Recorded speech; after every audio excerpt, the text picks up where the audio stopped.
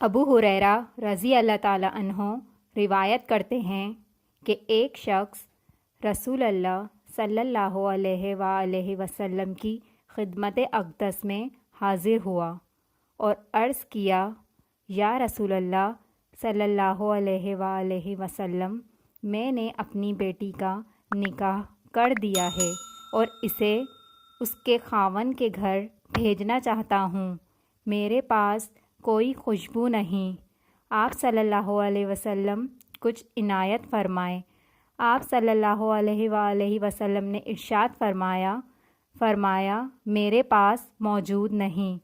کل صبح ایک چوڑے منہ کی شیشی اور کسی درخت کی لکڑی میرے پاس لے آنا۔ دوسرے دن وہ شخص شیشی اور لکڑی لے کر حاضر خدمت ہوا۔ آپ صلی اللہ علیہ وآلہ وسلم نے اپنے دونوں بازوؤں سے اس میں اپنا پسینہ مبارک ڈالنا شروع کیا، یہاں تک کہ وہ بھر گئی۔ پھر فرمایا، اسے لے جا اور اپنی بیٹی سے کہہ دینا کہ اس لکڑی کو شیشی میں تر کر کے اپنے کپڑوں پر مل لیا کرے۔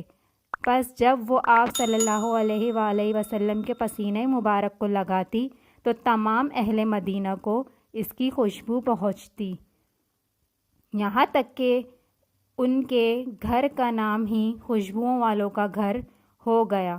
سبحان اللہ۔ اگر آپ کو میری ویڈیو اچھی لگی ہو تو لائک اور سبسکرائب کریں۔